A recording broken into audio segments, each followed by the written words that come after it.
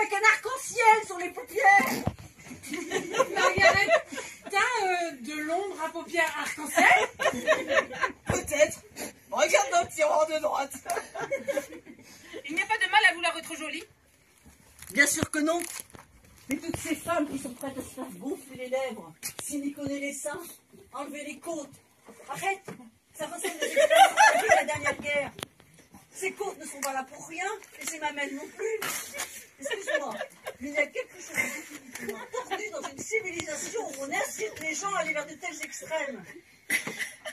On se croit civilisé, mais dans le fond, on est aussi barbare que les Aztèques qui jouent au foot avec des têtes humaines. Et regarde la cérémonie d'aujourd'hui. Et ta tête, et ta sœur, avec cette immonde chose blanche, censée faire croire qu'elle était une marchandise intacte. Non mais, quelle est la femme qui de nos jours et à nos âges est encore vierge quand elle se marie? Moi, je serai vierge quand je me marierai. C'est vrai, Frances? Oui, madame. Pour le camp, tu m'écoeures. Je me garde pour l'homme que j'épouserai. Mais Frances, t'es complètement malade. Parce que tu penses que lui, il se gardera pour toi. Mais c'est admirable. Ma chérie, tu te prépares à une énorme déception. Quel mal y a-t-il à vouloir être vierge quand on se marie? Tu as quel âge? 21. T'as jamais été amoureuse? Non, pas comme ça. Tu t'es jamais sentie excitée par quelqu'un? Non, j'ai plus de respect pour moi que ça. Bon, d'accord, oublie le sexe. Tu t'es jamais sentie seule?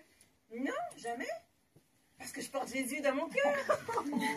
Il est toujours là pour m'apporter la paix quand je suis en colère, pour me donner de la force dès que je me sens faible, et pour m'aimer d'un amour le plus pur et le plus puissant qui puisse exister, dès que j'en ai besoin. Je pense que je devrais sortir avec Jésus. Ce n'est pas drôle. Mais je suis sérieuse. Et on ne sort pas avec Jésus. Tu rigoles. C'était la plus grande obstacle de ton époque. Je suis sûre qu'il avait un maximum de groupies. C'est surtout intéressant de penser qu'il avait 12 hommes en robe qu'il suivait partout. En soutane. Jésus et ses disciples n'avaient pas de robe. Margaret, c'est quoi toutes ces photos de Tommy Valentine? Où ça? Là, dans le tiroir. Je sais pas, c'est sûrement Sandy qui les a laissés. C'était sa chambre. Ouais, mais c'est ouais. Écoute, je sais pas comment ça se fait. Regarde ceci, il fait du surf. Il doit avoir 10 ans. Regardez-moi ses abdos. Oh mon Dieu, je te déteste. Attends, tu vois? Mais, ouais, enfin bon, si vous aimez ce genre de machin. Mais attends, voir.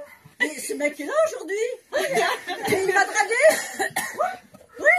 À un moment, j'étais au bar, il s'est approché de moi et il m'a dit on s'est jamais rencontrés, j'ai l'impression de vous connaître. Alors, moi j'ai dit impossible, vous faites erreur. Alors, il a répondu qu'est-ce que je peux faire pour réparer ça? Alors, j'ai ri. Et je lui ai dit ouais, mec, je crois qu'on arrose le même salon.